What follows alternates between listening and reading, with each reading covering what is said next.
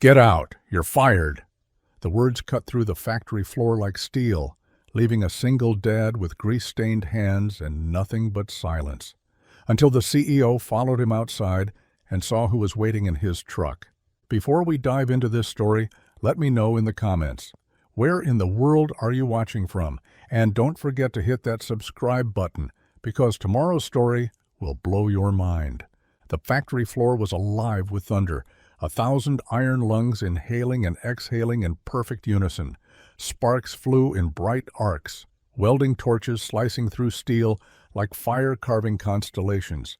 The air smelled of hot metal and sweat, a symphony of labor that had built cities, bridges, towers, and reputations. Above it all, on the steel catwalks that crisscrossed Stratton Industries like veins in a giant's chest, the workers carried on without pause, their rhythm as relentless as the machines themselves. Then came the sound that didn't belong. The click of heels on concrete, sharp, deliberate, a sound that could slice through the din without needing volume. Victoria Stratton descended from her glass office like a monarch checking her kingdom. She didn't belong to the dust or the fire, but she made sure every man and woman on that floor knew she owned both. At 42, she carried herself with a precision that was almost cruel. Every gesture practiced, every gaze sharpened by years of boardroom battles. Her power suit was the color of midnight, her blouse ivory white, her lipstick the red of warning lights. Workers straightened instinctively when she passed, not because she demanded it aloud, but because fear always had a scent, and she wore it like perfume. She didn't come down here often. Why would she? The floor was for laborers, for men who traded time and muscle for paychecks, for women who stitched strength into repetition. But when she did come down, it was with purpose. The board had been whispering lately, their voices like knives around a table, profits dipping, productivity slacking, loyalty faltering. Stratton Industries could not afford softness, they told her. She agreed, and today she was here to sharpen her company back into fear. Her gaze swept the line with surgical intent. She saw the repetition of hands, sparks, drills, bolts, an ocean of movements that looked identical until she narrowed her eyes. She wasn't searching for excellence. Excellence was assumed. She was searching for weakness, the kind that bred excuses. That's when she saw him. Daniel Carter stood at Station 17, his coveralls smeared with grease and dust, his hair damp with sweat. 38, though his shoulders carried the weight of someone decades older. He moved with the patience of a man who had no illusions about speed equaling respect. Today, though, he had paused, half a second, maybe less. A pause too long in a room where motion was law. His hands were lowered, resting lightly on the edge of the steel beam he'd been guiding. His eyes weren't on the gauges or the glowing seam. They were far away, staring into some corner of memory no one else could see. To her, it looked like laziness. To him, it was a voice. Rachel's voice. The last words she spoke before the cancer swallowed her breath. Don't forget to keep living for them, Danny. Don't let the grief steal you away, too. The echo still clung to him years later, as heavy as the steel he lifted every day. Victoria's jaw tightened. She saw the moment, judged it, and catalogued it. In her world, there was no space for memory. Factories didn't run on grief. They ran on blood, muscle, and fear. She took one step closer, the sharpness of her heel ringing out like a gavel. Heads turned discreetly, eyes following her trajectory. They all knew someone was about to bleed, metaphorically, if not literally. Daniel blinked, the memory dissolving as quickly as it came. He adjusted the beam, returned to his rhythm, but it was too late. The Queen had seen him. She stopped 10 feet away, folding her arms across her chest. The line around him seemed to quicken, as if the machines themselves wanted to prove their loyalty in his place. Daniel felt her presence before he lifted his head. When he did, his eyes met hers, not defiant, not submissive, simply steady. A tired steadiness that came from years of surviving storms without shelter. For the briefest flicker of a second, something in her spine wavered. Not visibly, not enough for anyone else to notice. But she felt it. She hated it. Compassion, recognition. She shoved it down with the precision of a practiced executioner. She leaned in, her voice slicing through the hammering machines with ease. One pause can cost a life, Mr. Carter. Don't let it cost yours. Daniel didn't flinch. He nodded once quietly, then returned his hands to the beam. Around him, men and women kept working, but their ears burned with the tension. She stood there a second longer, studying him the way a predator studies prey, before stepping back, her heels striking again like a clock that only ever counted down. Daniel's heart thudded, not from fear of losing his job, though that fear never left him, but from the sting of being seen. Not as a father, not as a man, just as a cog that had hesitated in the machine. He thought of Ethan and Lily, their laughter in the mornings, their questions at night. He thought of Rachel. Then he exhaled, steadying himself, and went back to work. Victoria walked away, convinced she had proven her point. Yet behind her, in the heat and noise, Daniel carried a different kind of fire. The kind that could not be doused by humiliation. The kind that waited, silent, for the right moment to remind the world that even the strongest steel bends when it forgets its own weight. And in that factory, beneath the empire she called her throne, a storm was quietly building, not in machines, not in profits, but in the heart of a man who had already lost everything once, and refused to lose again. The clang of steel against steel reverberated through the hall, a rhythm so steady it felt eternal. But when Victoria Stratton's heels clicked against the concrete, the rhythm faltered. It wasn't loud. It didn't have to be. The sound of her presence alone carried more weight than the roar of the machines. Workers straightened, hands moved faster, sparks flared brighter. Fear was an efficient fuel, and she knew exactly how to ignite it. She didn't believe in quiet reprimands. Privacy was mercy, and mercy bred weakness. When a cog slipped in her empire, the lesson had to be public, sharp enough to cut everyone watching. So when she saw Daniel Carter's half-second pause, she didn't beckon him aside. She didn't lower her voice. She walked straight toward him, eyes like knives. "You!" Carter stepped away from the machine. Her voice rang like a bell, slicing through the clangor of drills and welders. The entire line went still. It was the kind of silence that felt unnatural in a place built on noise, and it spread fast, swallowing the floor.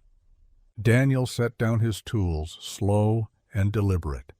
His rag came from his pocket, stained and worn, and he wiped his hands as if the simple act might steady him, his shoulders squared, his chin lifted. He wasn't defiant, but he wasn't small either. Just a man bracing himself for impact.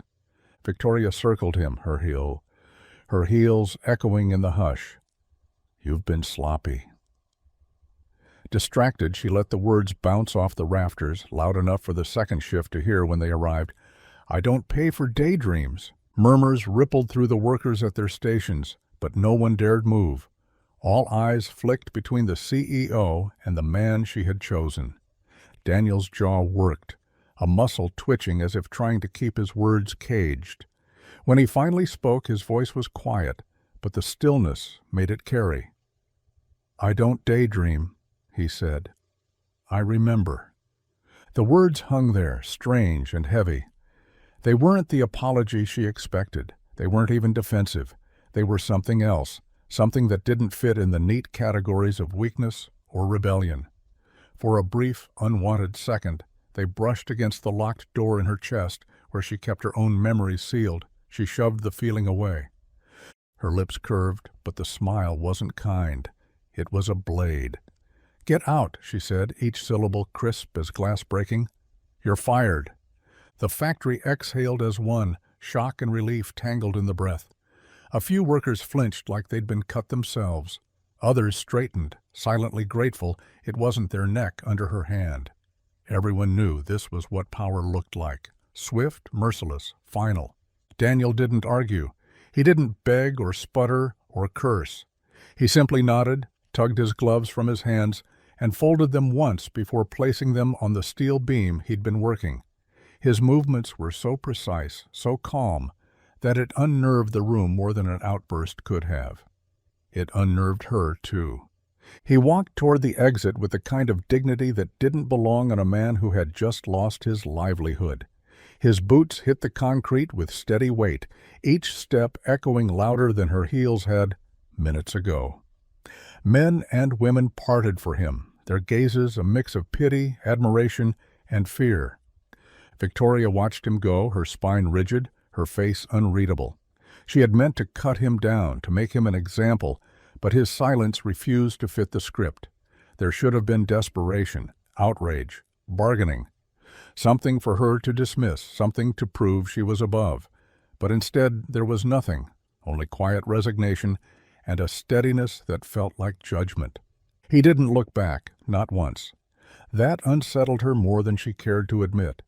Most people glanced over their shoulder, hoping for reprieve, for mercy. Daniel Carter left as if the decision had already been made long before she opened her mouth. Around her, the factory slowly came back to life. The whine of drills resumed, hammers struck, sparks rose once more. Yet the energy had shifted. Fear still pulsed, but so did something else. Workers kept their heads down, but their silence had teeth. They'd seen not just his dismissal, but the way he left. Victoria adjusted her cufflinks, straightened her blazer, and turned sharply on her heel. She told herself it was over, that she had proven her point. But even as she strode back toward her glass office, the echo of his words followed her, quiet but insistent. "I don't daydream. I remember." She told herself it was meaningless, just a fragment of defiance from a man who no longer mattered. But beneath her calm exterior, her pulse betrayed her. Because for reasons she didn't understand, those words had struck something she had spent years trying to bury. And though Daniel Carter walked out of her factory, stripped of his job, it was Victoria Stratton who found herself shaken, her power intact, but her certainty fractured. The doors of Stratton Industries hissed shut behind him, sealing off the clang of metal and the hum of machines. For Daniel Carter, the noise that had been his shield for years dissolved into silence too sharp to bear. His gloves were still warm in his hands as he stepped into the sun, its glare bouncing off the vast parking lot where rows of polished sedans and leased SUVs gleamed like trophies. His boots scuffed against the asphalt, too heavy, too loud, as though even the ground knew he no longer belonged here. Behind him, Victoria Stratton followed. She told herself it was nothing, just a stroll, a coincidence. But her stride was deliberate, her eyes fixed on the man she had just cast out. It wasn't guilt, she insisted. She didn't believe in guilt. It was curiosity, a puzzle. Something about his silence had slipped under her skin and refused to let go. She'd expected begging, anger, maybe a pathetic plea for a second chance. Instead, he had left with his chin high and his mouth closed. Carrying nothing but his rag and that strange steadiness, it unsettled her. Men like Daniel weren't supposed to unsettle her. The afternoon sun pressed hot against her shoulders as she paused on the steps, her gaze narrowing. He was moving across the lot now, past the shiny company cars, toward the far corner where the asphalt cracked and weeds curled through. And there it was, an old blue Ford truck, its paint faded, its fenders kissed with rust, a relic among polished machines, the kind of vehicle no one in her circle would be caught dead driving. She would have dismissed it, if not for the movement inside. Two small figures stirred behind the glass, a boy and a girl. The boy, maybe 10, opened the door with the solemnity of someone who had been waiting for this moment all day. He held out a dented thermos with both hands, like an offering. The girl, younger, 6 maybe, pressed her face against the window, waving a sheet of paper. Crayon colors bled across the page in bright, determined strokes. She shook it proudly, desperate to show him. Daniel's expression shifted as soon as he reached them. The hard lines in his jaw, the storm lodged in his brow, gone in an instant. His features softened, as though the world's weight fell away the second their eyes found his. He ruffled his son's hair with one hand, took the thermos with the other, and crouched low so the little girl could thrust her drawing into his chest. She beamed as he looked at it, holding it upside down first, then turning it around, laughing softly as if it were the most important thing he had ever been handed. He kissed the top of her head, her giggle carrying across the lot. Victoria stopped walking. Something caught in her throat, sharp and uninvited. She had fired dozens of men before, seen them crumble, curse, beg. None of that lingered. But this picture of a father folding into his children's world as though nothing else mattered, rooted her to the spot. Her pulse stuttered once, heavy enough that she noticed. For the first time in years, she felt the weight of her own heartbeat, loud and unwelcome in her ears. She thought of her brother Michael. The way he used to laugh when he picked her up from school in his old pickup, tossing her backpack into the back and handing her a chocolate bar he couldn't afford. That same softness in his face, that same reckless devotion. She buried the memory quickly, locking it back where it belonged. But Daniel's children had cracked the door she kept barred. The boy climbed into the truck, pulling the girl after him, careful, protective. Daniel leaned against the doorframe for a moment, studying the drawing as if he were memorizing every line. Then he tucked it carefully into the dashboard, not carelessly tossed aside, but placed where it could live, visible every time he drove. He shut the door gently, too gently for a man who had just been stripped of his livelihood, and slid behind the wheel. Victoria stood frozen on the steps, unable to move, her nails biting into her palms through silk-lined gloves. She had humiliated him, publicly severed his place in her empire, and yet he walked into that truck not as a ruined man, but as a father still standing tall for the only audience that mattered. His children's faces shone with delight, blissfully unaware that the ground beneath them had just been torn away. Something shifted in her chest, small but undeniable. It wasn't pity. She despised pity. It was recognition, the unwelcome reminder that behind the numbers she wielded like weapons were lives, brittle and breakable. And she had just shattered his in front of the two people who loved him most. The engine coughed to life, sputtering against age. The truck pulled slowly from the lot, past the polished sedans, past the woman who had sentenced him to nothing, and into the glare of the afternoon sun. She watched it go until the dust kicked up from its tires settled back into silence. Victoria turned at last, retreating into her tower of glass and steel. Her steps were steady, her posture perfect, her face composed. But no matter how straight she held her spine, she couldn't quiet the echo of what she had just seen, the way Daniel Carter's eyes transformed at the sight of his children, the fragile tenderness, the weightless devotion, the one thing her empire could never manufacture. For the first time in years, the armor she wore so well had cracked, hairline, and invisible to the world, but there all the same. And though she told herself she felt nothing, the truth pressed against her ribs with each unwelcome beat of her heart. The boardroom gleamed under white light, its walls a clean expanse of glass and steel that reflected power back on itself. The city stretched below, a tapestry of motion and money, but inside everything was controlled.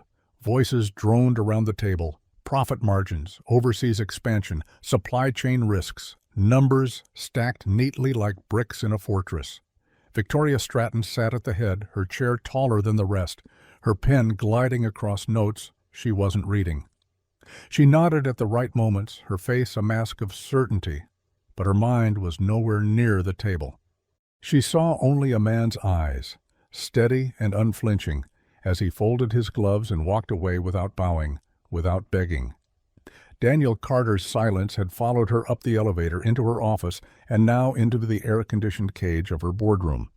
She tried to drown it in quarterly projections, in polished graphs on glowing screens. It stayed. A voice broke through, sharp and insistent. "We'll need to renegotiate the overseas contracts. Labor costs are bleeding us. That was Martin Hale, her CFO, always ready to reduce people to columns on a spreadsheet. She glanced at him, expression unreadable, then down at the documents before her. The numbers were clean, the people behind them never were. For the first time in years, the thought irritated her. She shifted in her chair. Her gaze drifted to the window wall, the city flickering like fire beneath the dusk. She caught her own reflection in the glass. Tailored blazer, unyielding posture, the face of control. But behind the gloss, she saw something else. The cracks, a flicker of memory. Her stomach tightened. Michael. Her brother's grin burst through the glass like sunlight. She could almost hear his laugh, the kind that came from the gut, careless and unashamed. He had been 24, 2 years older, working construction when their parents could barely afford food on the table. He liked the grit of life, called it real work. He would come home with sawdust in his hair, dust in the creases of his hands, and tell her stories about the men on site, how they sang under their breath to keep time, how the noise never stopped but you got used to it. He said it with pride, as though sweat was something sacred. 15 years ago, a call came before dawn, a scaffolding collapse, a safety shortcut taken by a company desperate to shave costs, the kind of decision she herself had made 100 times in her own empire. Michael was gone before the ambulance ever arrived. They buried him in a suit he would have hated, his calloused hands folded over still chest. She remembered touching them, stiff and lifeless, and thinking he should have been holding tools, not roses. That was the day she learned compassion was a liability. Grief didn't keep the lights on. Anger didn't pay tuition. She built a wall of ambition brick by brick, sealing Michael behind it, convincing herself that power was the only protection against loss. And for 15 years, the wall held. Until Daniel Carter looked her in the eye after she fired him, until he walked out without bowing, until she saw him melt into his children's arms, love softening his face into something she hadn't seen in years. A father's dignity, a brother's grin. The ghost of Michael flickered in the man's silence. The board meeting ended without her noticing. Papers shuffled, chairs scraped. Martin leaned toward her, murmured something about projections.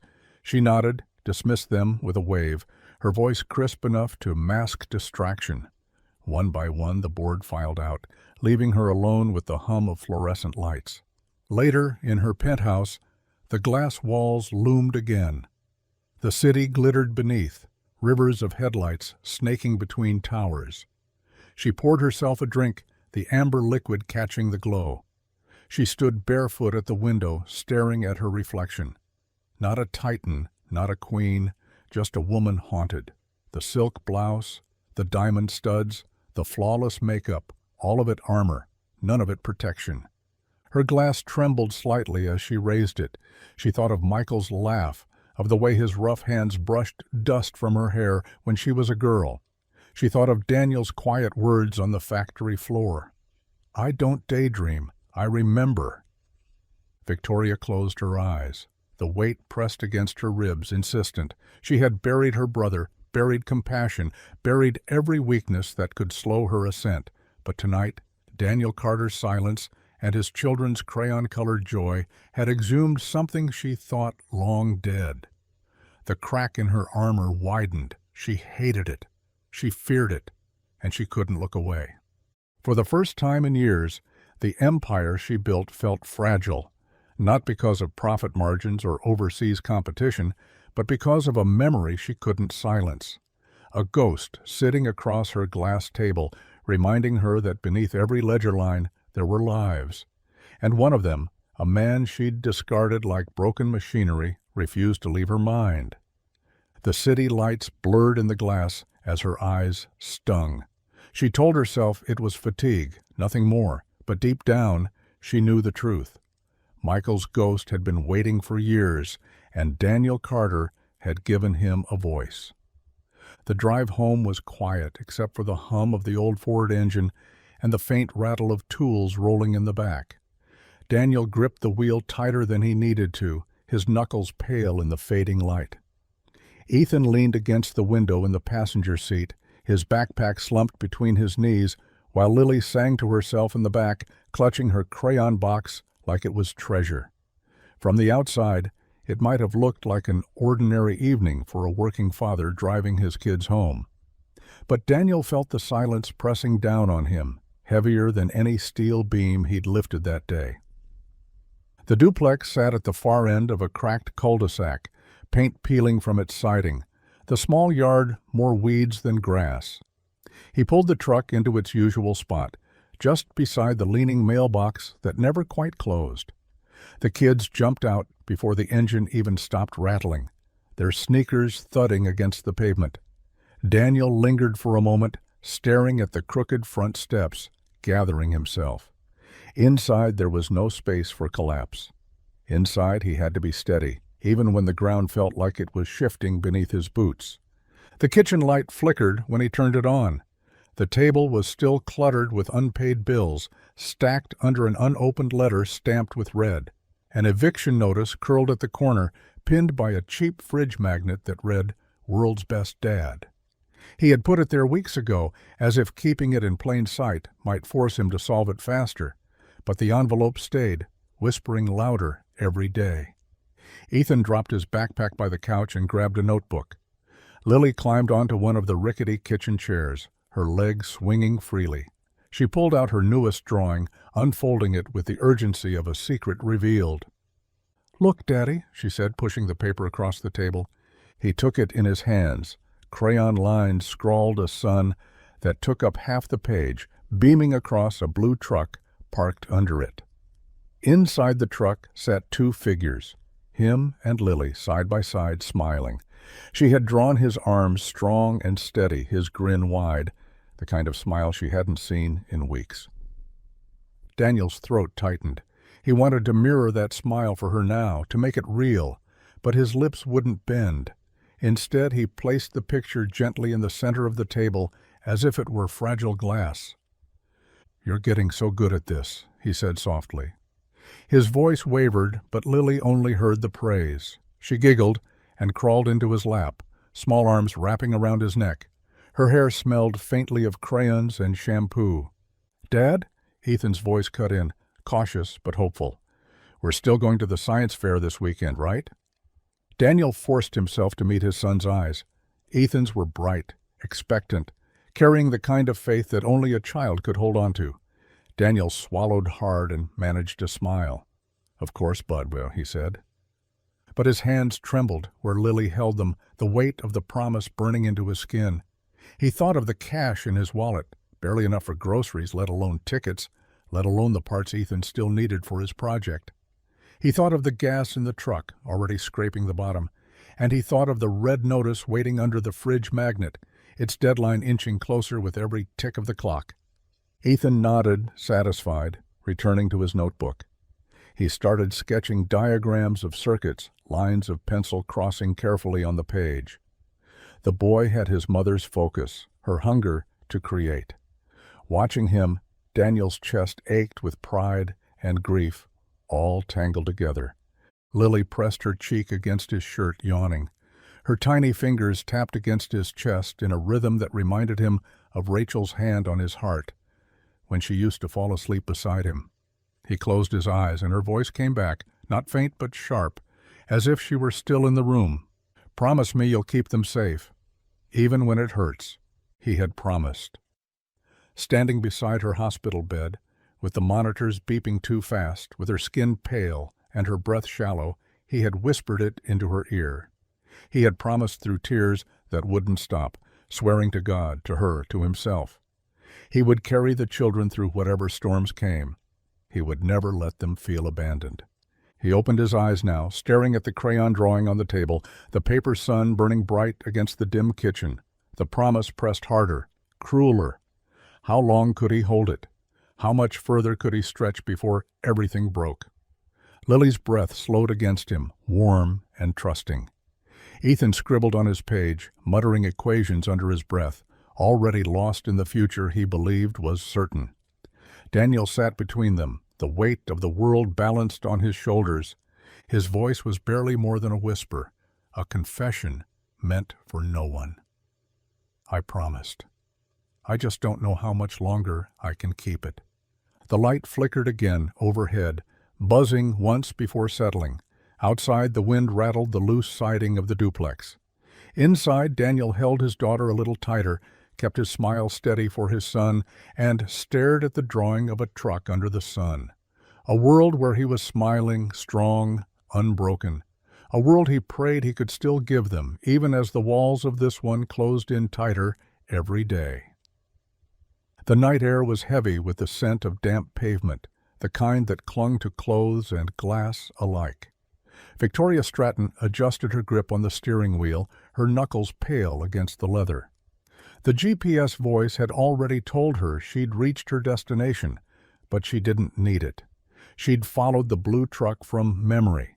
The image of it rattling out of her lot 2 nights ago lodged firmly in her mind. Now, here she was, idling on a street that bore no resemblance to the manicured avenues she was accustomed to. Her black sedan looked wrong here. Out of place among cracked sidewalks and sagging porches, like a jeweled watch left on a factory floor.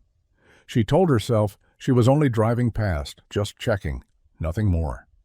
But her hands didn't steer forward. They guided her to the curb across from the duplex with peeling paint and a mailbox hanging open like a broken jaw. She cut the engine, the silence inside the car louder than she expected. Through the thin curtains of the front window, light flickered faintly. Not the steady glow of bulbs, but the unsteady shimmer of candles. She frowned, leaning closer, her breath fogging the glass. Inside, the scene unfolded like a tableau she wasn't meant to see.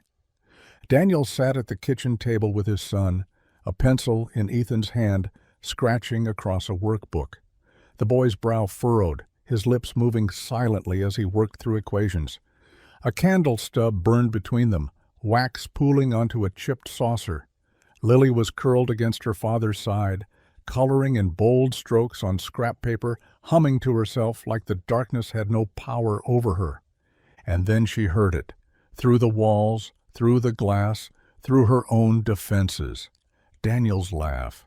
It wasn't loud, not triumphant, not the laugh of a man with ease in his life. It was tired, frayed at the edges, but it was real. He laughed at something Ethan said, ruffling his son's hair with calloused fingers, and for that brief moment, the weight pressing on his shoulders seemed to lift. The boy grinned, proud, the way children glow when they make their parents forget the world outside. Lily leaned harder against him, drawing sunbursts in crayon, humming louder as if the sound alone could protect them.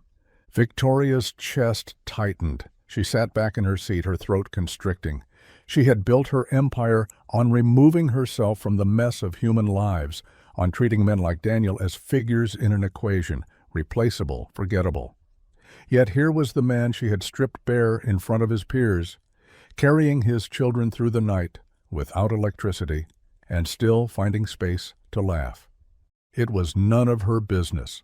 She repeated it like a mantra. What happened to him after he walked out of her factory was irrelevant. He was gone, severed, discarded. His hardships were not her concern. She had a company to run, shareholders to satisfy, a reputation to protect. She should start her car, drive home, pour a drink, and let the moment dissolve into the blur of 100 other forgotten workers. But she didn't. She stayed, watching. For an hour she sat in the shadow of her sleek sedan while the flicker of candlelight painted warmth across cracked walls.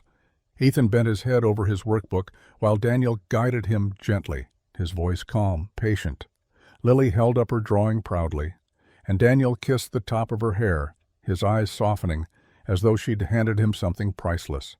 Victoria shifted in her seat, her chest aching with something uncomfortably close to envy. She thought of her own penthouse, flooded with light, where silence echoed through rooms too big to fill.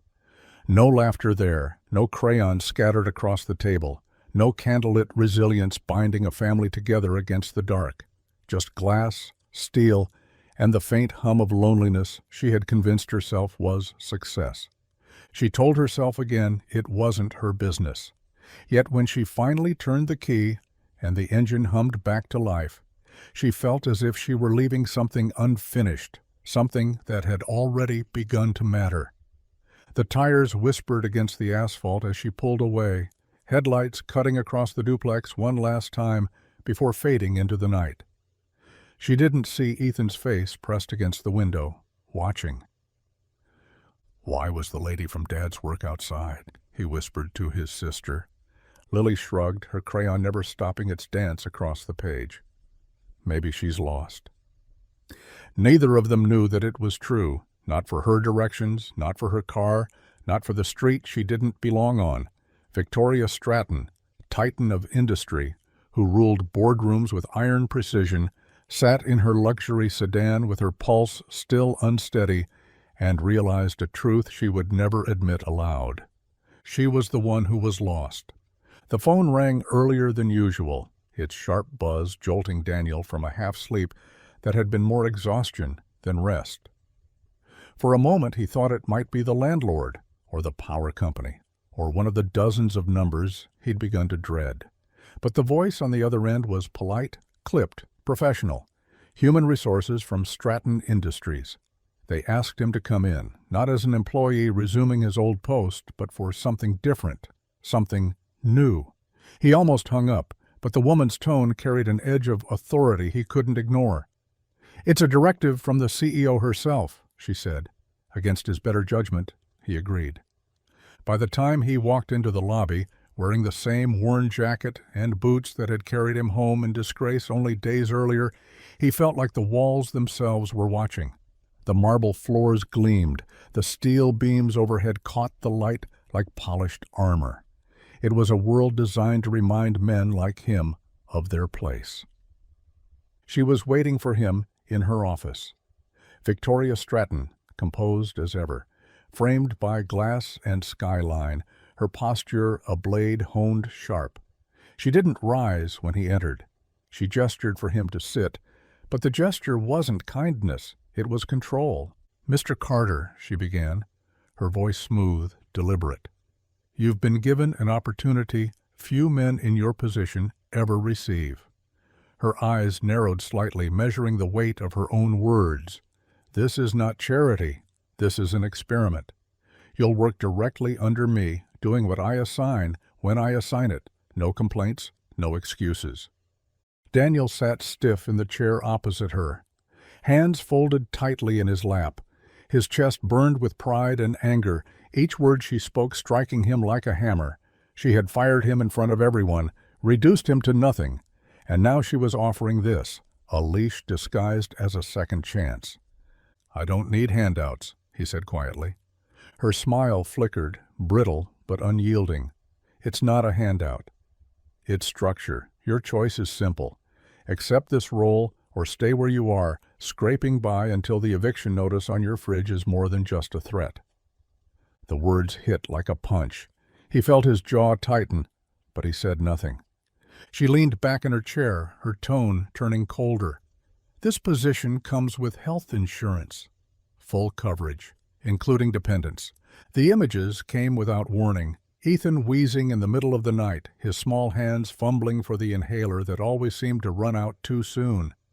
Lily sitting in the dentist's chair, bravely trying not to cry while he counted the bills in his head, calculating how much more pain she'd have to live with before he could afford the work.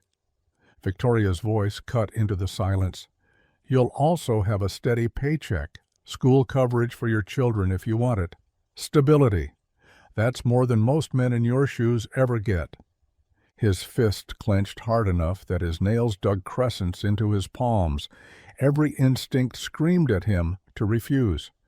To walk out of her office with whatever dignity he had left. To tell her she couldn't buy his loyalty, couldn't twist his pride into obedience. But the thought of Ethan's thin chest heaving in the dark, the thought of Lily's toothache, the thought of losing the roof that barely sheltered them now, those thoughts swallowed his pride whole. He forced himself to meet her gaze. "I'll do it," he said, the words heavy as lead. His voice was steady, but the air around them seemed to tighten. He added softer, almost to himself, "For them." Her eyes flickered, just briefly, betraying something she quickly buried beneath a smirk. She nodded once, decisive. "Good. You start tomorrow. Don't make me regret this." Daniel stood, his shoulders square, but his heart weighed down. He had accepted the leash. He told himself it was temporary, that he was doing it for his children, not for her. Not for the company that had already stripped him bare once. He walked out of her office with the contract clutched in his hand, every step heavier than the last. Behind him, Victoria remained at her desk, staring out at the skyline. She told herself she had acted pragmatically, that she was helping him, that this was just another decision in a long line of calculated moves. But the truth was sharper, more dangerous. She hadn't brought him back for efficiency or productivity. She had brought him back because his silence had haunted her, because his dignity had stirred something she thought she'd buried years ago. She had pulled him back into her orbit, not to save him, but to save herself from the ghosts that refused to let her sleep. Daniel drove home that evening, his children's laughter filling the truck as Lily showed him another drawing and Ethan chattered about circuits for his science project. He smiled for them, nodding, asking questions, playing the part of the father who had it under control. But his grip on the wheel betrayed him. He had entered into a bargain he didn't trust, tied himself to a woman whose power frightened him more than any pink slip ever could. As the duplex came into view with its peeling paint and sagging steps, he forced his shoulders to relax. He had made his choice. He had swallowed his pride. And for now, that was survival. But deep inside, beneath the quiet resolve, another truth coiled tight. Survival came with a cost, and one day soon he would find out just how high it was. Working beside Victoria Stratton was like standing too close to fire. There was no way not to feel the burn. Daniel could sense it in every meeting, every hallway exchange, every second he spent under the hard gaze of her eyes. She had a way of speaking that turned suggestions into commandments, a way of correcting him that made the room know who held the power and who merely borrowed air in her presence. She dismissed him openly in front of her executives, her clipped voice slicing through his explanations before he could finish. "Too slow," she would say, or "That's not the point." She wielded criticism as naturally as a welder held a torch, and she seemed to take satisfaction in watching him swallow his pride to keep the job she had dangled before him like a leash. But he wasn't a fool. He noticed the way her eyes lingered when she thought no one else was looking. When he bent over blueprints, quiet, steady, studying every angle before making a move, she watched. When a machine sputtered out mid-process and others lost their tempers, he never raised his voice. He approached problems with patience that unnerved people used to panic, as though he trusted that if he just kept breathing, the solution would show itself. She never acknowledged it, not once, but he saw the flicker in her face, the faint, reluctant pull of respect she couldn't quite name. The moment that changed things happened, on a night when the storm outside lashed rain against the factory windows hard enough to make the panes tremble. Thunder rolled overhead, drowning out the constant clang of metal, and then the lights snapped off all at once. A wave of silence swept the floor as the machines ground to a halt. Shouts rose. The emergency lights flickered weakly, barely illuminating the hall. Someone muttered about losing the entire night's output, about delays, about the board breathing down their necks. In the confusion, Daniel grabbed a wrench. He didn't panic, didn't ask for permission. He knelt by the junction box, his fingers tracing wires by memory, his mind piecing together the riddle of circuits in the dark. Sparks spit, the storm boomed, and still he worked with calm precision, the kind of instinct only years of surviving hardship could breed. 10 minutes later the hum returned. The machines roared back to life, lights flooding the floor as if the storm had been nothing but a passing thought. The workers cheered, their voices echoing up to the rafters. Relief and gratitude rolled into one. Victoria stood on the catwalk silent, her face unreadable. She didn't clap. She didn't thank him. But her eyes didn't leave him, not even when the storm outside broke into a softer rain. Later that night, In the quiet of her office, she sat behind her desk with papers scattered across its glass surface. The skyline glittered beyond the window, indifferent and cold. Her pen hovered above a notebook as she tried to draft her thoughts on quarterly goals, yet without realizing it, she had written his name, not once but 3 times. Daniel Carter. The handwriting was sharp, impatient, the letters carved into the paper. She stared at it, pulse quickening. Then, furious at herself, she snapped the notebook shut, shoved it into a drawer, and poured herself a drink. She told herself it was nothing, a slip of focus. But in the back of her mind a voice whispered that she had let something pass the walls she had built. While she drowned her thoughts in silence, Daniel drove home through streets still slick with rain. The duplex smelled faintly of wet clothes and crayons when he stepped inside. Ethan was at the table tinkering with his science project. Wires and batteries spread across the surface. Lily ran to him, arms outstretched, holding up a drawing of lightning bolts scribbled in yellow and white. "It stormed, Daddy," she announced. He chuckled, though the weight of the day still pressed on his shoulders. He dropped into the chair opposite Ethan, stretching sore arms. "She treats me like dirt, kids, Ma," he said finally, the words rough but honest. "Like I don't matter. But I'm not leaving." Ethan looked up, his eyes sharp, steady, in a way that reminded Daniel too much of Rachel. "Why not?" the boy asked. Daniel hesitated, then rested a hand on his son's notebook, tapping gently. "Because I promised your mom I'd never walk away from a fight worth fighting. And this is one of those fights. I don't know why yet, but I know." Ethan nodded slowly, and something flickered in his expression. Quiet pride, the kind that didn't need words.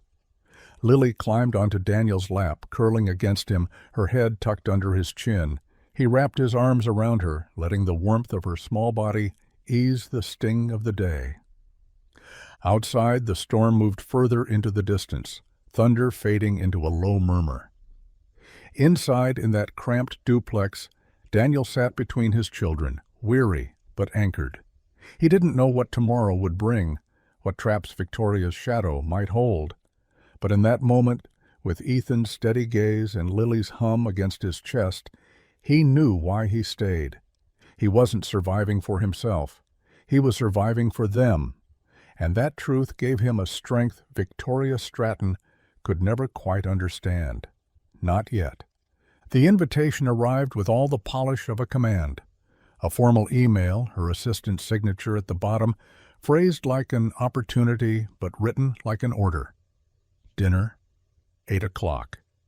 A discussion of new initiatives. The restaurant's name alone made Daniel hesitate. It was the kind of place he'd only ever driven past, its windows glowing like some other world where the air itself cost money. He stared at the screen too long before finally muttering, "Guess I better find a clean shirt."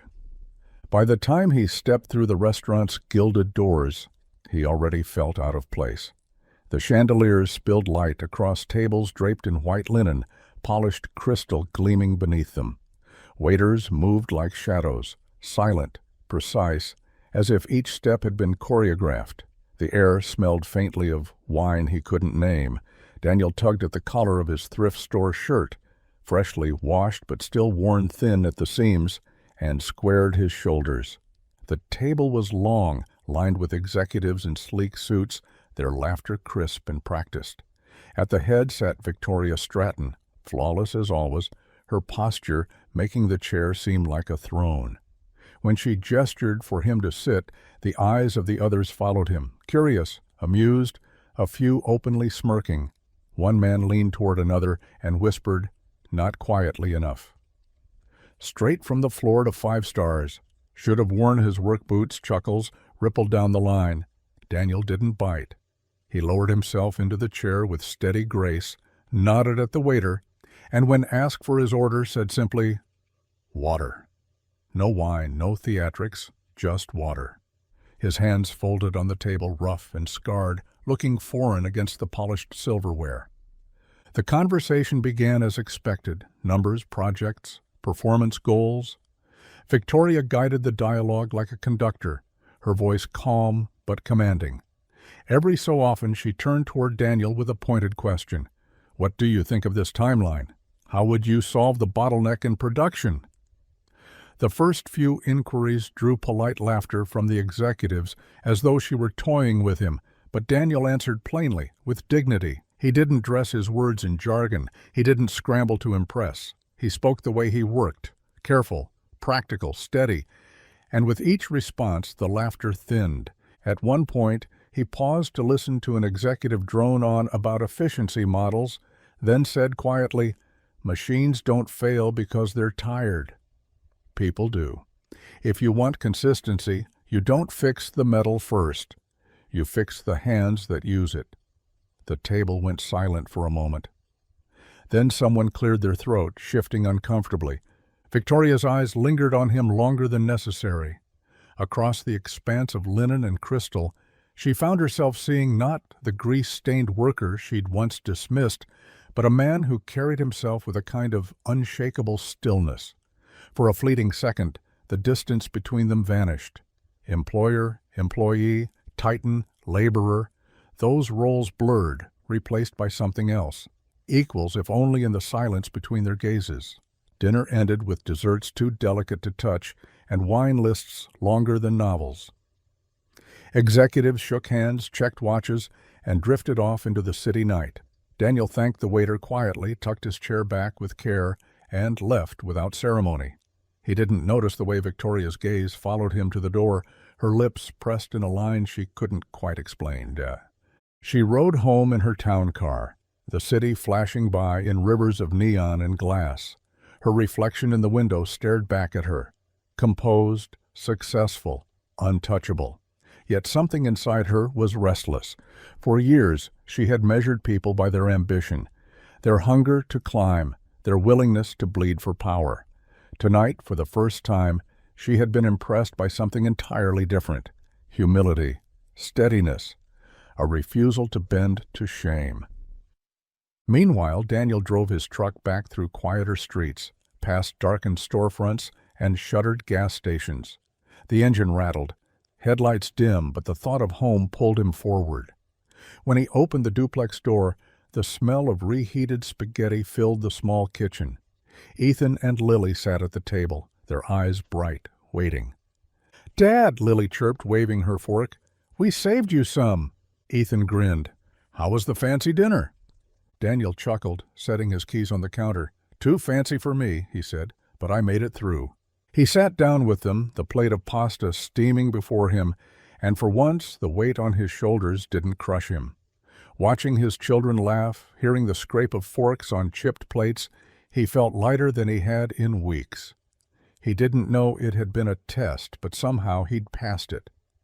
And as his daughter handed him a crayon drawing of their truck under a big, smiling sun, he realized this table, with its wobbling legs and reheated meals, was the only table that ever truly mattered. The weeks that followed shifted in ways so subtle, most would have missed them. Victoria Stratton did not make a habit of asking for help. She was the one people looked to, the one whose words cut through hesitation, whose presence could silence a boardroom with a single raised hand. But something in her began to bend, so slightly at first, she almost convinced herself it wasn't happening. It started in meetings. She would glance down the table, her eyes landing on Daniel where he sat with his sleeves rolled, his notebook filled not with formulas, but with sketches and careful words. Once, when a junior executive proposed an aggressive timeline, Victoria turned to him. "Mr. Carter," she said, her voice cool but pointed, "what do you think?" The room stilled. All eyes turned to the man who had once pushed a mop in the same building. Daniel's answer was plain, grounded. "Machines don't break from pressure. People do. If you want the schedule to hold, you can't push both at once." A ripple of silence followed. The spreadsheet projected on the wall seemed suddenly less important than the tired honesty in his voice. She didn't praise him, didn't acknowledge it beyond a slight nod, but she remembered. Later that night, while the city burned bright outside her penthouse windows, she found her mind replaying his words instead of the profit margins her board had demanded she memorize. She began noticing things about him she had ignored before, the way his children's names slipped naturally into his metaphors. You can't patch a leak with tape, not if you want it to hold. It's like when Ethan builds his little contraptions, he knows a shortcut won't survive the second test. Or, Lily draws a sun on every page, no matter what the picture's supposed to be. Sometimes optimism keeps the whole thing from collapsing. They weren't clever remarks meant to impress. They were fragments of survival, stitched into the way he thought. And she found herself listening more closely than she ever intended. Meanwhile, Daniel began to glimpse pieces of her that no one else seemed to see. Once, on his way to the floor, he caught her paused before the photo wall. It displayed decades of workers in black and white, faces hardened and hopeful all at once.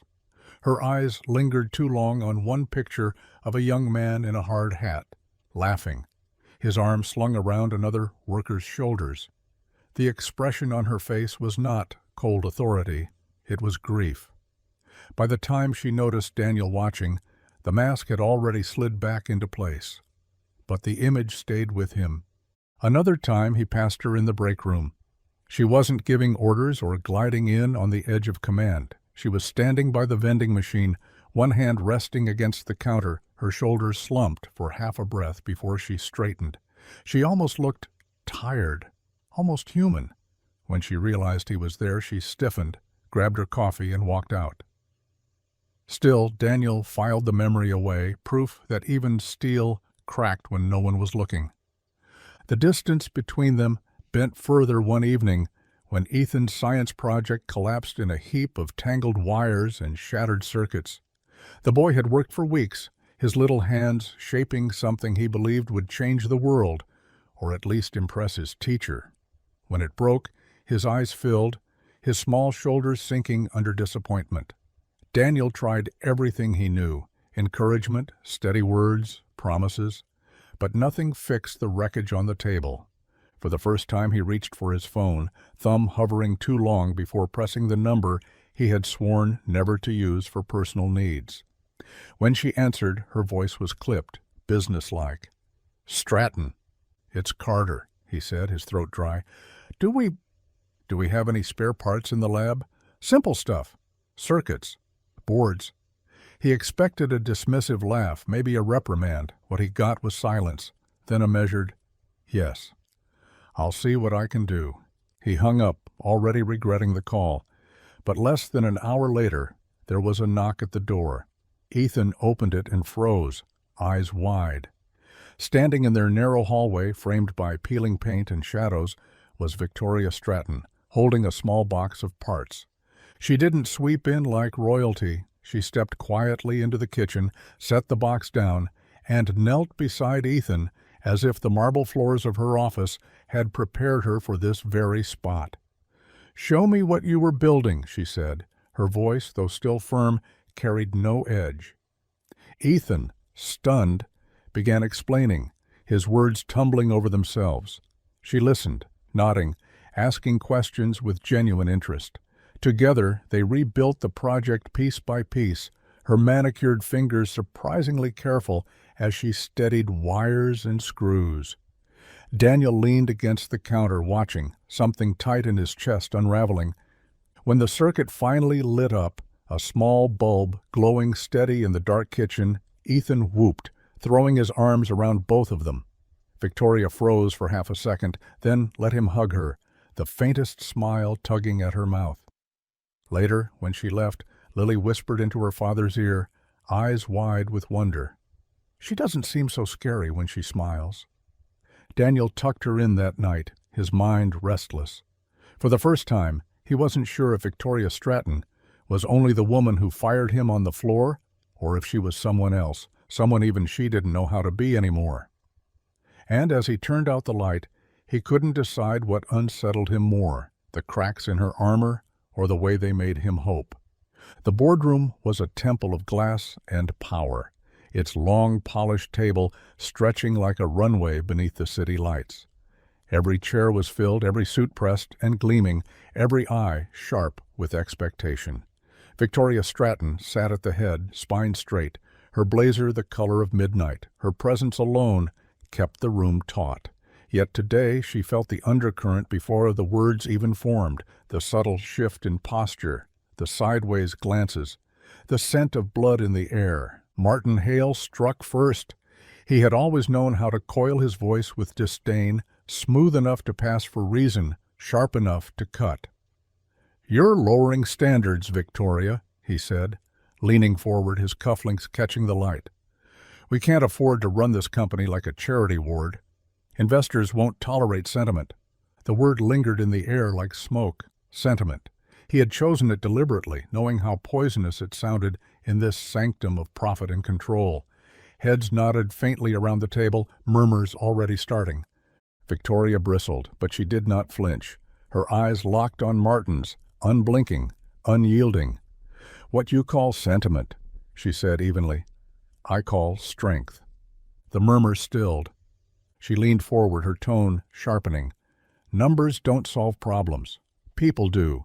Daniel Carter sees things you don't, things money can't measure. He understands failure in ways you'll never grasp sitting behind a spreadsheet. That perspective is worth more to this company than another line item of overseas outsourcing." The silence deepened, a ripple of discomfort spreading. Some board members shifted. Others glanced down at their notes, unwilling to meet her gaze. Martin's mouth curved in a thin, smug smile. "And when his perspective fails," he asked softly, "when his so-called strength collapses under pressure, you'll stake your name, your reputation, on a factory hand?" Daniel, seated quietly in the back, had said nothing until now. He hadn't wanted to be here in the first place. He had come at her insistence, told to sit, observe, and keep still. But as he watched her defend him with a ferocity that startled even her detractors, something stirred in him, not pride in himself. He had long ago learned how little his worth registered in rooms like this. No, what he felt was something stranger, heavier. The truth, spoken aloud in a place built to deny it. His chest tightened, and for the first time in years, he let himself believe that maybe someone had seen him clearly. The meeting dragged on, other matters swallowing the tension, but the air never fully cleared. When it adjourned, chairs scraped, papers shuffled, and polite voices filled the room. Daniel slipped toward the door, hoping to disappear into the hallway before anyone noticed him. Martin intercepted him. The CFO's smile was pleasant, but his eyes gleamed with malice. "You think you're special, don't you?" he murmured, close enough that no one else could hear. "She's using you. You're a pawn in her game, nothing more, and when it no longer suits her, she won't hesitate to cut you loose." Daniel held his gaze, steady but calm. "I don't need catching," he said quietly. "I need a chance." Martin's smile thinned. "We'll see how long that lasts." He turned and walked away, his polished shoes echoing against the marble. Daniel exhaled, steady on the outside but frayed within. The words dug deeper than he wanted to admit. A pawn. Disposable. He had been called worse in his life, but never with such precision. On the drive home, his hands tightened on the wheel.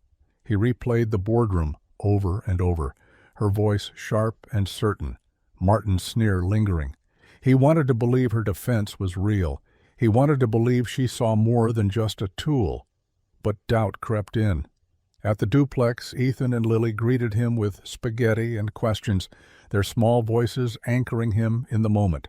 Yet later, after they had gone to bed, he sat at the table staring at Lily's latest drawing, wondering if Martin was right. Across town, Victoria stood in her penthouse with the city spread before her like a living painting. The skyline glittered, glass towers stabbing at the night. She sipped her drink, but it did nothing to quiet her mind. Martin's words still rang in her ears. Was she protecting Daniel because she believed in him, or because she couldn't face the cracks he had already opened in her own armor? Was she defending him or herself? Her reflection in the glass stared back, poised, powerful, untouchable. And yet beneath it she saw the woman who had once buried her brother, who had built a fortress of ambition to survive. Now that fortress wavered, its walls trembling at the weight of one man's quiet dignity.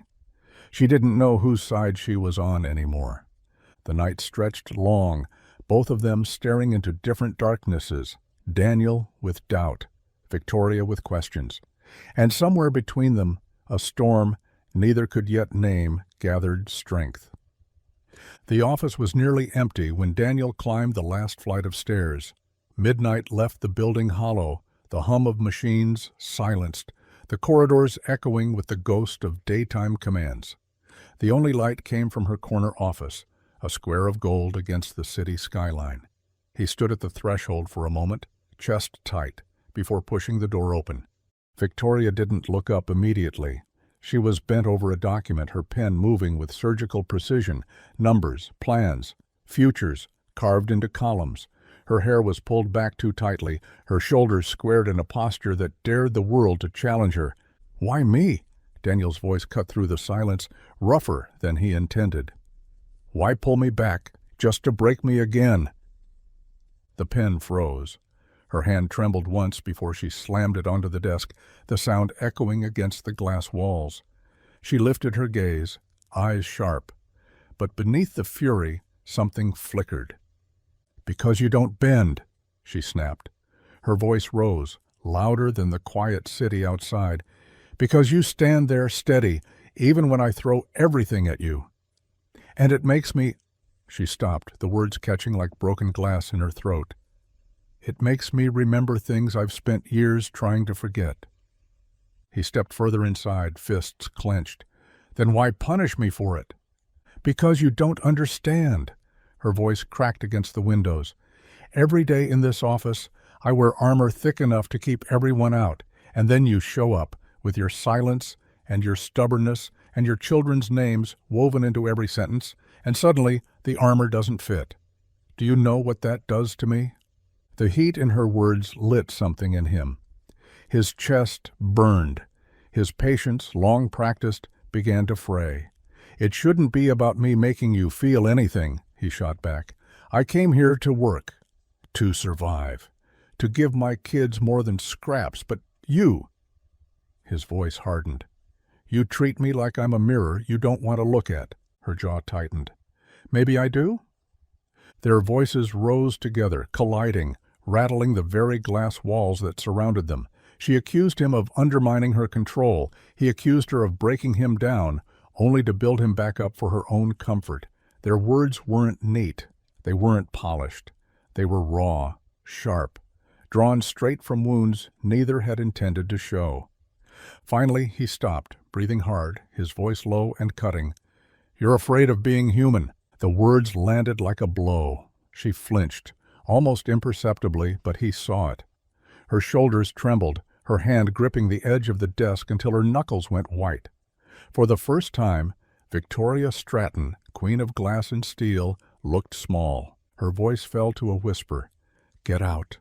He didn't move at first, the air between them heavy with truths neither could take back. Then he turned sharply, the door slamming behind him with a force that shook the room. The echo lingered long after his footsteps faded.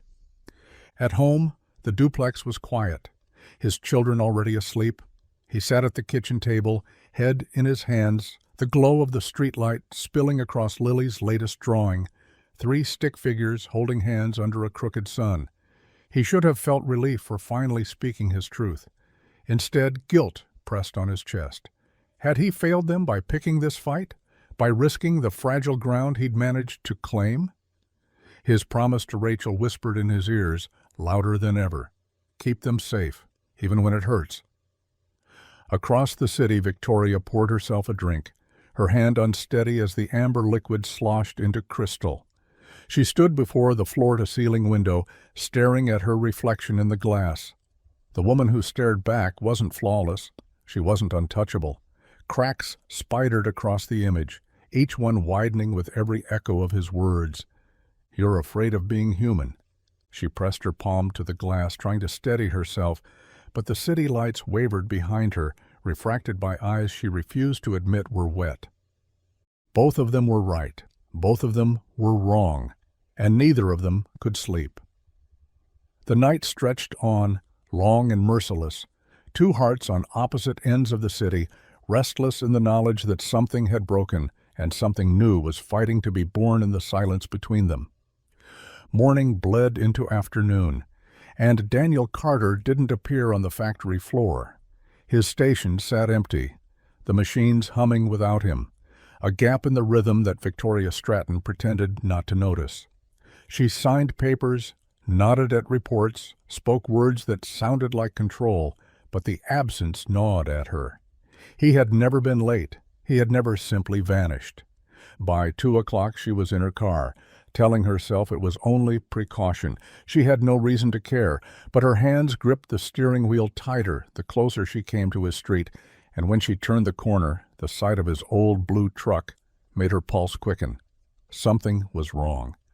The hood gaped open like a wound. Tools scattered across the cracked pavement. Daniel paced in front of it, rag clutched in his fist, his movements frantic, stripped of the steadiness she had come to expect. Lily stood nearby, tears streaking her cheeks, her small hands trembling as she clutched a stuffed animal. In the cab of the truck, Ethan hunched forward, pale, coughing so violently his small chest rattled with each breath.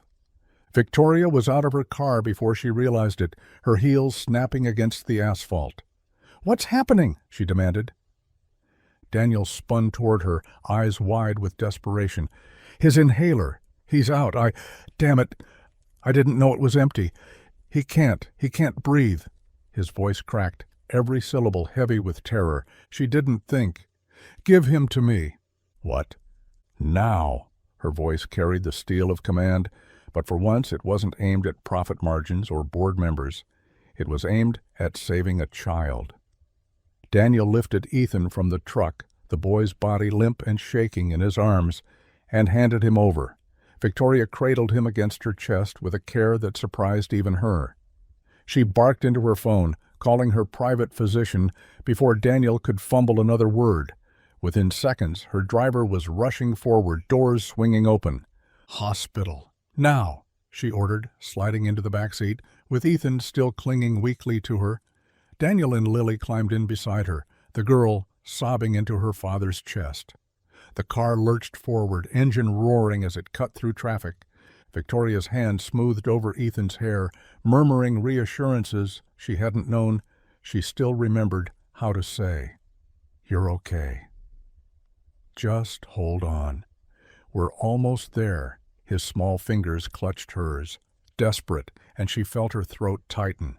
She had held contracts worth billions, had watched markets rise and fall with a pen stroke, but never had she felt the weight of power like this, using it not to save numbers, but to save a boy's breath. The hospital swallowed them in white light and rushing hands.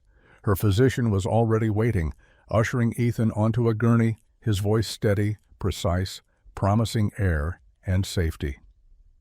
Daniel tried to follow, but the nurses held him back gently. His eyes darted between his son and the woman he had sworn to hate, the woman now standing beside him, her hand on his arm. "Let them work," she said quietly. "He'll be okay." He didn't answer.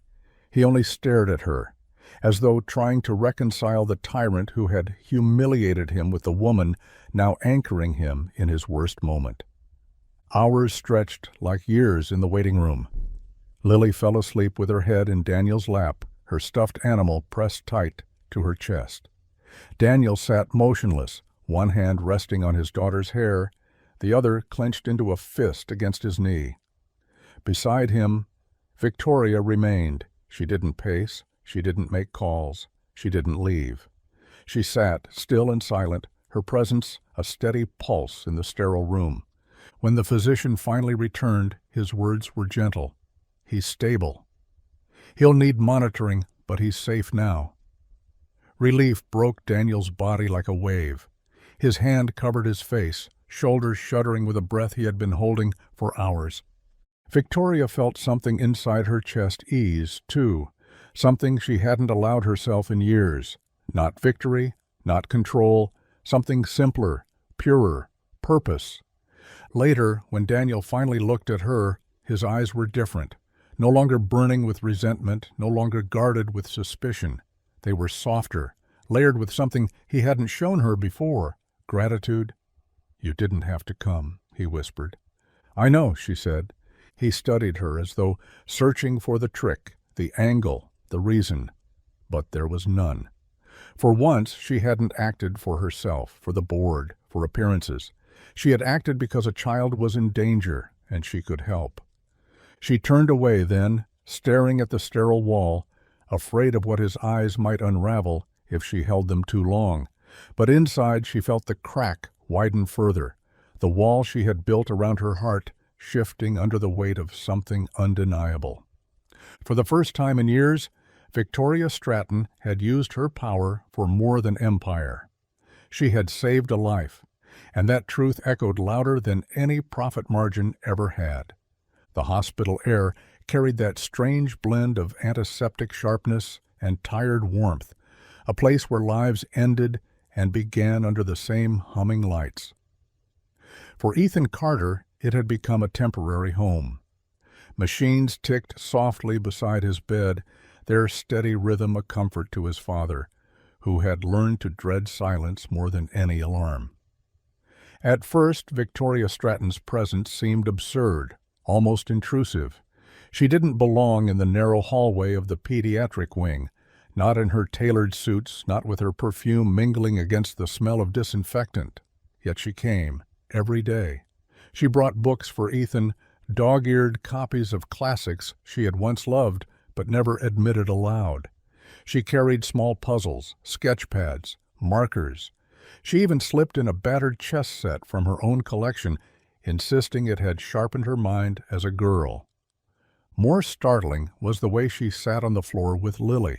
The child had taken to her without hesitation, sliding crayons across paper, giggling as Victoria colored clumsily outside the lines. The first time Daniel saw it, he hovered in the doorway, disbelief etched across his face. The CEO who had humiliated him, who had cut him down with words sharper than steel, now crouched cross-legged on linoleum while his daughter instructed her to make the sun bigger. Daniel remained skeptical, watching with the wary eyes of a man who had been disappointed too many times to risk hope. But slowly, day after day, his suspicion softened. She never came for appearances. There were no cameras here, no shareholders to impress. She came because she chose to, and that choice began to matter. One night, long after visiting hours had ended, Daniel found her in the vending machine lounge. The room buzzed faintly under fluorescent lights, the hum of the old refrigerator rattling against the tile. She stood by the machine, fumbling with coins like an ordinary woman, not the titan of glass towers and boardrooms. He joined her without a word. They sat side by side at the small plastic table, styrofoam cups of coffee steaming between them. For once, the silence wasn't heavy. It wasn't the silence of distance or hostility.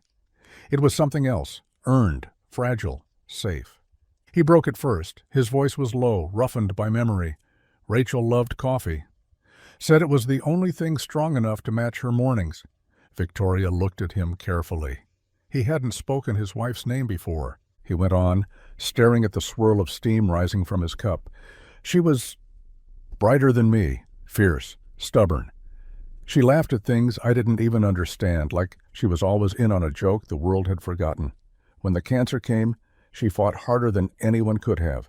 But in the end, his jaw tightened. In the end, she made me promise. Promise I'd keep the kids safe. Even when it hurts. His hands curled around the cup, knuckles pale. Some days I wonder if I'm keeping that promise, or just stumbling through it. The silence that followed wasn't uncomfortable. It was reverent. Victoria stared at her own reflection in the coffee's surface. When she finally spoke, her voice was quieter than he'd ever heard it. I had a brother. Michael. She paused, inhaling as though pulling courage from the air. He was good. Worked with his hands like you. He laughed at the grit of life, told me not everything needed polishing. 15 years ago, a scaffolding collapsed on his site, a safety shortcut. He died instantly. Her throat tightened, but she forced herself to continue. Since then, I've buried compassion under ambition. I thought power would make me strong, but maybe it just kept me from being brave. Her words hovered in the air, trembling but unashamed. Daniel turned his head, his eyes meeting hers.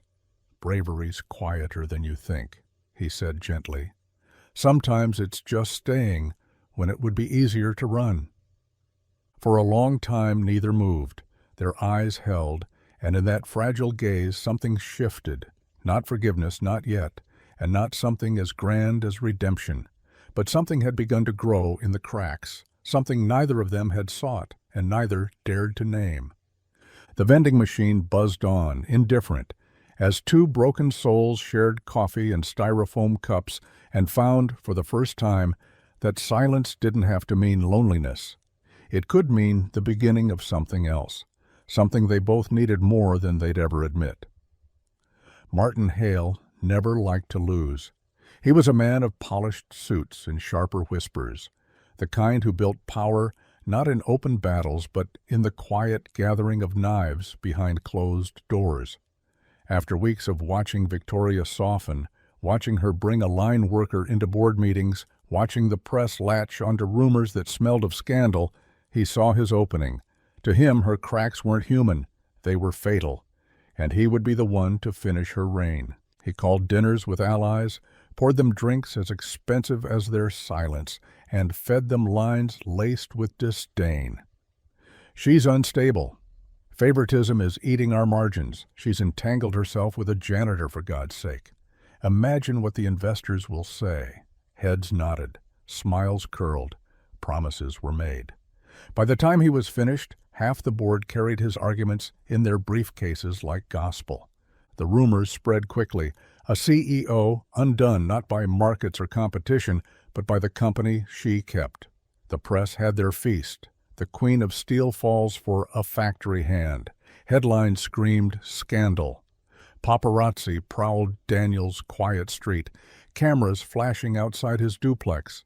Neighbors peeked from windows as men with microphones shouted questions over Lily's frightened cries. Daniel shoved past them, shielding his children, fury etched deep into his face. He wasn't afraid for himself. He was furious that his kids, who had already lost so much, now had to live in the glare of lies they couldn't understand. At Stratton Tower, the board assembled like vultures circling. The room buzzed with tension, the long table stacked with dossiers and evidence of her supposed failures. Victoria walked in steady, her heels clicking against marble, her blazer sharp as a blade. She knew the storm waiting for her, but her posture betrayed nothing. She sat at the head, spine straight, hands folded. Martin struck first, his voice measured, but dripping with venom. This company cannot afford instability. We cannot afford sentiment. And we certainly cannot afford scandal. You've compromised your position with personal entanglements. Investors are nervous. Our image is at risk. We demand you cut ties with this liability, or we will cut ties with you. Murmurs rippled, papers rustled. The words hung like smoke, choking the air. Daniel sat quietly at the back, invited only because Victoria had insisted. He kept his head down, but his jaw was tight, his fists clenched. He had expected this, but expectation didn't soften the sting. They didn't even bother hiding their disdain. To them, he wasn't a man. He was leverage. Victoria leaned forward, her gaze sweeping the table. She met Martin's eyes, then every other pair in the room. Her voice was calm, but it carried like thunder. If saving myself means abandoning the only truth I've found in years, then maybe I don't deserve this seat. Gasps cut through the room. Some faces went pale, others hardened. Martin smirked, certain he had won. "So you admit it," he purred. "You're unfit."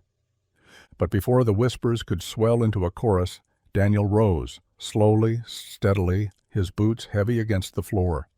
The room went still, all eyes turning to him, this man who didn't belong, this man who had no right to speak in halls of power. He didn't raise his voice. He didn't posture. He simply spoke. "She's the first leader here who listens," he said. The words were plain, but they carried weight none of the board's polished arguments could match. She doesn't just count numbers. She counts people. Fire her, and you'll lose more than you realize. Silence followed. Not the silence of dismissal, but the kind that made men uncomfortable. The kind that forced them to confront truths they didn't want to name. Daniel sat back down. Nothing more to add. Nothing more to prove. Victoria didn't look at him right away.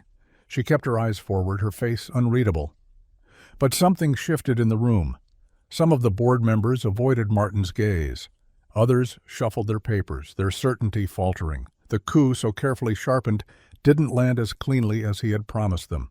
Martin sat back, his smirk still plastered in place, but thinner now, stretched too tight. He had thrown his blade, but instead of cutting clean, it had lodged in stone. The war wasn't over, but for the first time, he wasn't certain of victory. As the meeting adjourned, Victoria rose, her steps measured, her composure intact.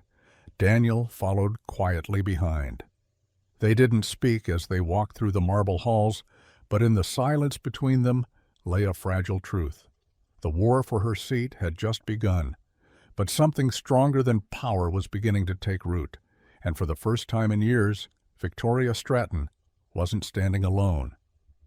The night air was cool, still carrying the faint smell of the afternoon's rain, when Victoria pulled her sedan into the cracked driveway of the duplex.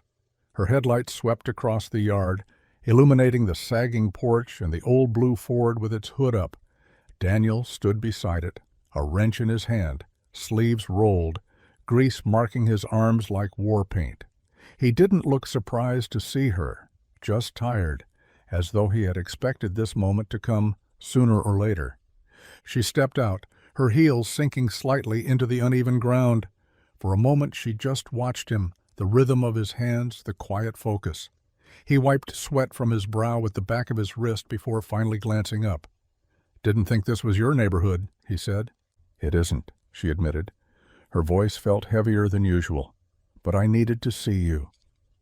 He set the wrench down on the edge of the engine and leaned against the truck, arms crossed. "So what's this about?" Victoria drew in a breath, steadying herself. The words she had repeated in her head all the way here suddenly felt brittle. "The board," she said. "They've given me an ultimatum."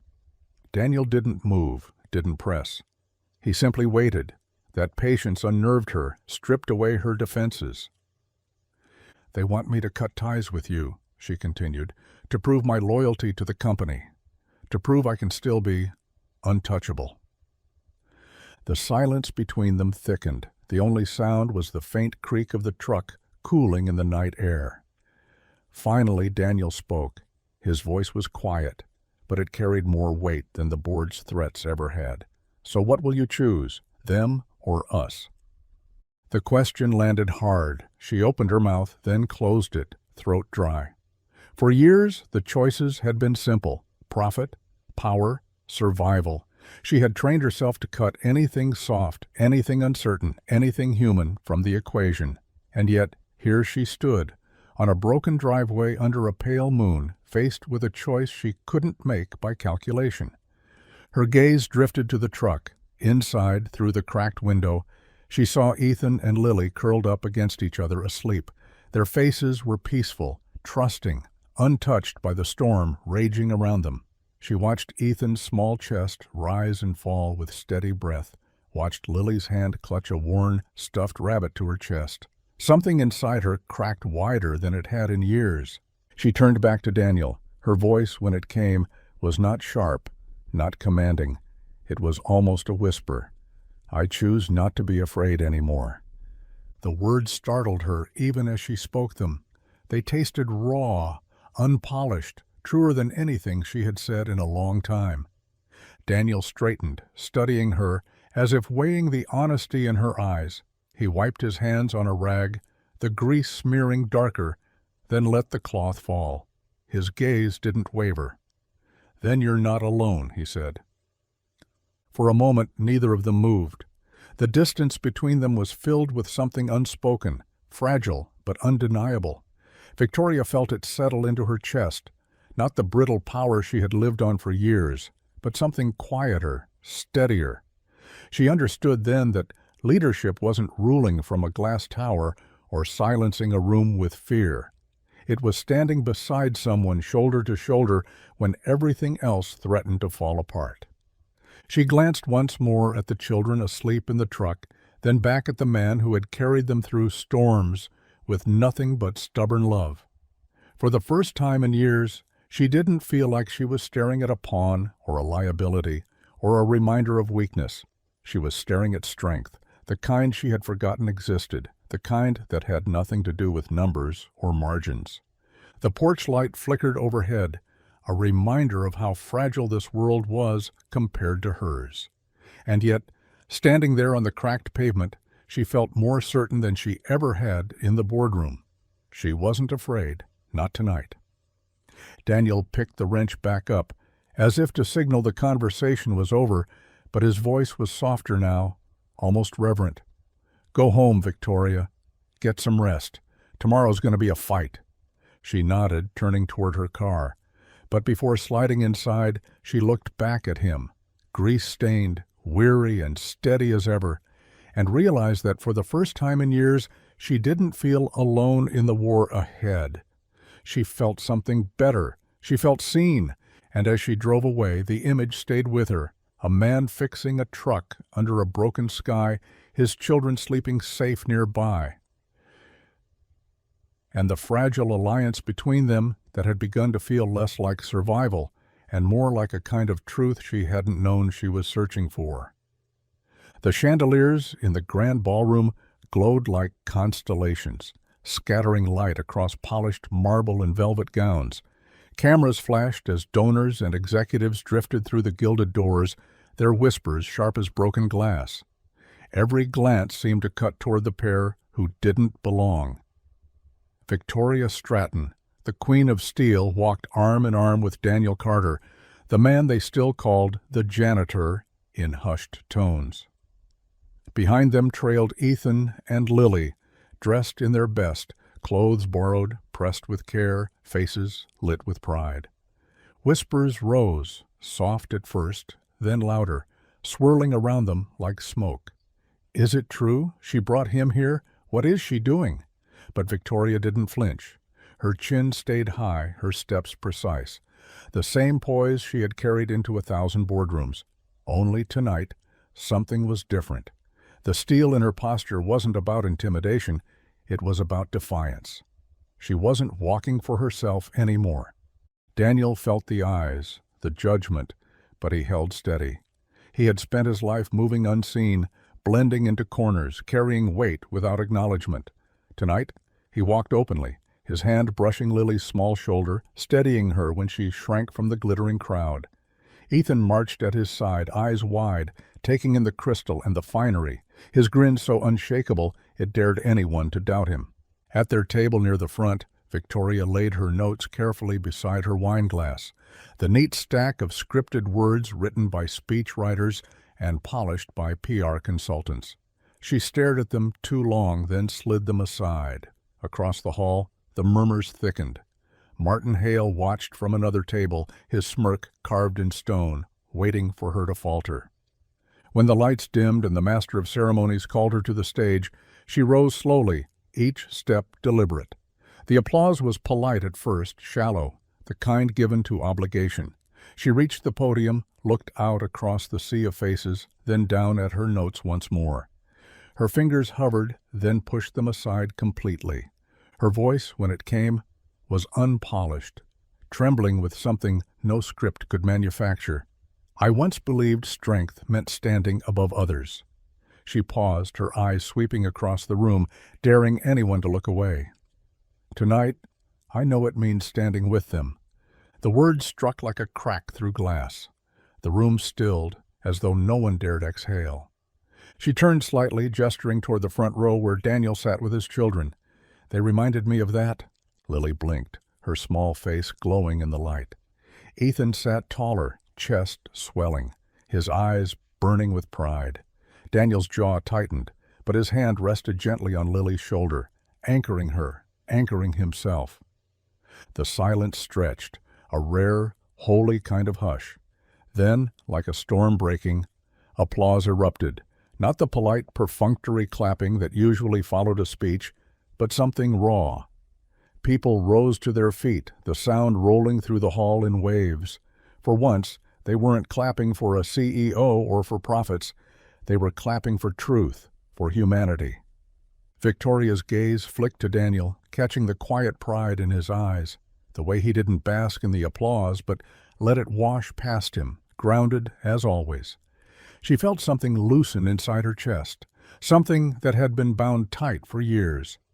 From the corner of the room, Martin's smirk faltered, his fingers drumming too fast against the tablecloth. No amount of plotting could smother a moment like this. When the applause finally softened, Victoria stepped down from the stage, not toward the cluster of executives who clamored for her attention, but directly to her table. She sat beside Daniel, the heat of the light still clinging to her skin. Ethan leaned close, whispering with a grin too wide to contain. "You were amazing." Lily nodded vigorously, clutching her father's hand. "They liked you." Victoria smiled faintly, her eyes softening. "No," she said, her voice quiet enough for only them to hear. "They liked us?" Daniel looked at her then, long and steady, the weight of the moment etched deep in his silence. For once, he didn't feel like an outsider, or a man walking in someone else's shadow. For once, the world saw him, saw his children, not as the janitor's family, but as proof that dignity could outshine titles, that quiet resilience could command more respect than any crown of steel. The gala continued. Wine poured, orchestras played, diamonds glittered under the chandeliers, but at their table, time felt suspended. For the first time in years, Victoria Stratton didn't feel like a ruler defending her throne. She felt like a woman learning what leadership truly was, not standing above, but standing beside. And in that fragile, luminous moment, Daniel Carter allowed himself something he hadn't in a long time: pride, not in himself, but in what they had just begun to build, together. The factory floor no longer smelled of oil and metal. The roar of machines had been replaced by the sound of children's laughter, high and unrestrained, echoing through the wide rafters.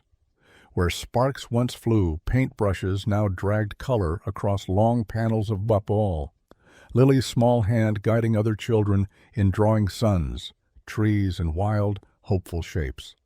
Along one corner, Ethan stood beside a group of kids, patiently showing them how to wire small circuits to make lights flicker on. His voice carried pride, his movements careful, as if the act of teaching made him taller. Victoria stood near the entrance, arms crossed loosely, watching the transformation unfold. Months ago, this space had been built for production, for efficiency, for profit. Now it belonged to the families who had given their sweat and strength to keep the company alive. Mothers sat at tables with coffee cups, finally exhaling after long days. Fathers, still wearing work boots, leaned down to help their children build towers from blocks instead of steel. It wasn't just a foundation. It was a home for people who had never truly had one within these walls. Daniel moved among them, not as a worker unseen, but as the director of it all. He wore no suit, no tie, just a clean shirt with rolled sleeves, but people listened when he spoke. His voice was calm, steady, carrying weight not from title, but from truth. He had once been the man at the edges, invisible until dismissed. Now he was the one shaping what came next. Watching him, Victoria felt the kind of pride she once thought belonged only to shareholders and quarterly wins. This was different. This was real. As the evening stretched on, parents gathered their children, the murals drying, the small robotics projects packed away. The light outside softened to amber, pouring through the high windows. Daniel led the last of the kids to the door, his hand resting briefly on each shoulder in quiet encouragement. When the space finally fell silent, he and Victoria walked out together into the cooling night. The truck waited in its usual spot, its paint still faded, its fenders still rusted, but it no longer looked like a relic of struggle. It looked like a landmark of survival, of constancy. They climbed onto the tailgate, the metal warm beneath them. Fireflies had begun to gather in the grass beyond the lot, their soft glow blinking in and out, a rhythm more beautiful than any machine. Ethan and Lily chased them, their laughter ringing clear against the darkening sky. Victoria watched for a long time before speaking. Her voice was quieter than the hum of the summer night. "Do you regret any of it?" Daniel didn't answer right away. He leaned back on his hands, eyes following the children as they darted through the air, cupping tiny lights in their palms. He thought of the nights spent counting bills at a kitchen table, of the humiliation on the factory floor, of the moments he had almost broken. Then he thought of this, his children running free, the foundation alive, the woman beside him who had once been his enemy and was now his anchor. He shook his head. "Not if it led us here." She turned to him, her eyes softer than he had ever seen them. For a long moment she just studied his face, the lines carved by grief, the strength etched by survival. Then she leaned her head gently against his shoulder. He didn't move away. For the first time in her life, Victoria Stratton, who had built towers of glass and walls of steel around herself, felt at home not in boardrooms or penthouses, but here, in the open air, beneath a sky that didn't demand anything from her. No masks, no armor, just the quiet of belonging. Daniel sat still, the warmth of her head against his shoulder grounding him. He had once thought his story ended in loss, in survival without joy, in promises barely kept. But watching the fireflies dance, hearing his children's laughter, feeling her beside him, he understood something new. Sometimes the story doesn't end. It just changes key into something that finally sounds like hope. The night deepened, the stars coming out one by one. They didn't speak again, and they didn't need to. The silence wasn't heavy anymore. It was full of memory, of grief, of healing, of the fragile alliance that had become something more. And in that silence, on the tailgate of an old truck, two people who had once been nothing but cracks and shadows finally found a beginning. If this story stirred something in you, let me know in the comments where you're watching from. And don't forget to hit subscribe, because the next story might just be the reminder you've been waiting for. Until then, stay kind, stay brave, and never stop believing in second chances.